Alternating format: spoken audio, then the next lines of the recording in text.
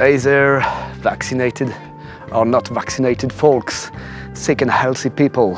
It's me, Casper Grasp, your brand new influencer. Et oui, si tu ne m'as pas vu depuis plusieurs semaines, ce n'est pas que je boudais, c'est simplement que je suis devenu complètement bilingue grâce au variant anglais il y a de cela un mois. Salut, c'est Casper Grasp. Ce matin, un nouvel essai avec un double café dans lequel j'ai fait fondre 2 sucres. Il y a un goût, je sais pas ce que c'est. Je vais me livrer à une expérience incroyable, je vais essayer de boire du vin pour voir ce que ça donne. C'est de la merde. Salut, c'est moi Casper Grasp. Un nouveau filtre, une nouvelle expérience. Aujourd'hui, de la pâte à tartiner pour riches.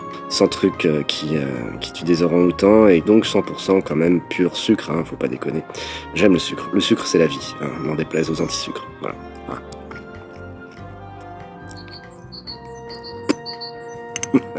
La merde. C'est de la merde. Le réflexe cognitif que l'on peut avoir, et que j'aime plus moi-même avoir, c'est de se dire que ceux qui contractent la maladie, qui chopent le virus, sont des gens qui commettent des imprudences, et uniquement eux. Quand on tombe malade, c'est nécessairement de notre faute. Non, c'est pas une question de faute, mais ça veut veut dire qu'à un moment donné... Comment ? Non, c'est fort de café à entendre. Non, c'est pas fort de café, c'est l'exacte vérité, c'est quand on se relâche qu'en effet, on laisse ce virus nous attaquer. C'est pas une question de faute, c'est une question de responsabilité. À l'isolement aussi, Richard Ferrand, le président de l'Assemblée nationale. Emmanuel Macron dînait avec lui dans la salle des fêtes de l'Élysée, ainsi qu'avec une dizaine d'autres personnalités politiques. Face à ces idées reçues, j'ai eu envie de préciser 2 points. Le premier point, c'est que j'ai attrapé la Covid-19, non pas en faisant la bamboche en échangeant des glaçons avec des inconnus dans une soirée, mais tout simplement sur mon lieu de travail. Le deuxième point, c'est que sur mon lieu de travail, je portais un masque FFP2. Alors je pense qu'en disant ça, j'ai tout de suite tous les anti-masques qui se réveillent et qui se saisissent de cette opportunité pour décréter que le masque ne sert strictement à rien, mesdames et messieurs.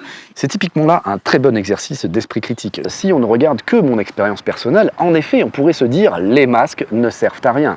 Mais c'est complètement faux dès lors qu'on dézoome un tout petit peu et qu'on regarde des données un peu plus largement. Dans cette équipe de tournage, il y avait 30 à 40 personnes. Il y a eu une personne déclarée positive et j'ai été le seul à avoir été contaminé. Ce qui prouve au contraire que les masques nous aident à nous protéger. Mais attention, dans un sens comme dans l'autre, ce n'est pas mon expérience personnelle qui peut servir de preuve. C'est un simple cas isolé qui semble corroborer tout ce que l'on a déjà appris depuis le début de cette pandémie, il y a plus d'1 an maintenant, sur les modes de transmission.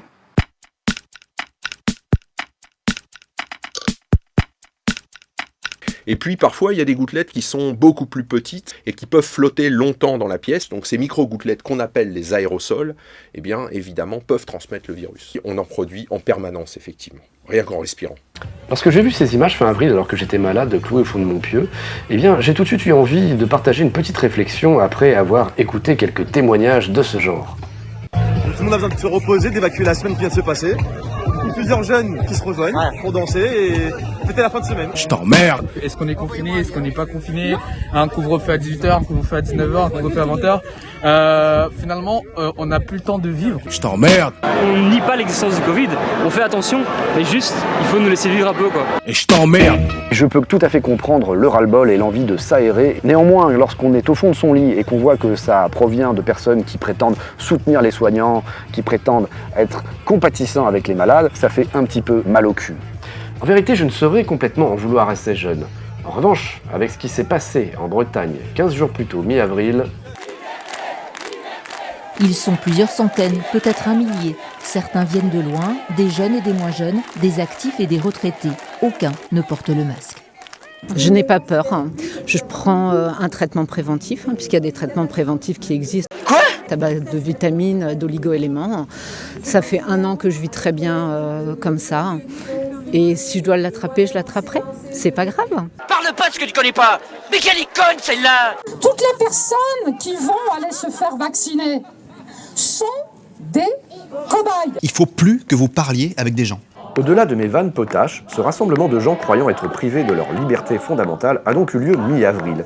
À l'époque, le taux d'incidence dans le Finistère était d'environ 72 cas pour 100 000 habitants, alors qu'en Seine-Saint-Denis, chez moi, il avoisinait les 700 cas. Alors ces gens sont tout à fait libres de patauger dans leurs propres croyances, et ce grâce à une disparité de densité de population d'un territoire à l'autre. Entre autres, il n'en reste pas moins que diffuser et propager autant d'ignorance à la seconde, de façon aussi fière et tout à fait irresponsable. Ça piétine un petit peu plus notre commun. En gros, ce que je veux dire, c'est que ce sont de gros connards, mais c'eût été un peu court et l'on pouvait dire bien des choses en somme. Sur ce, Casper Grasp te souhaite une joyeuse réouverture des terrasses, des cinémas, des lieux de culture, essentiels, non essentiels, etc. Et là, il y en a plein qui n'ont qu'une envie, c'est que je me pète la gueule.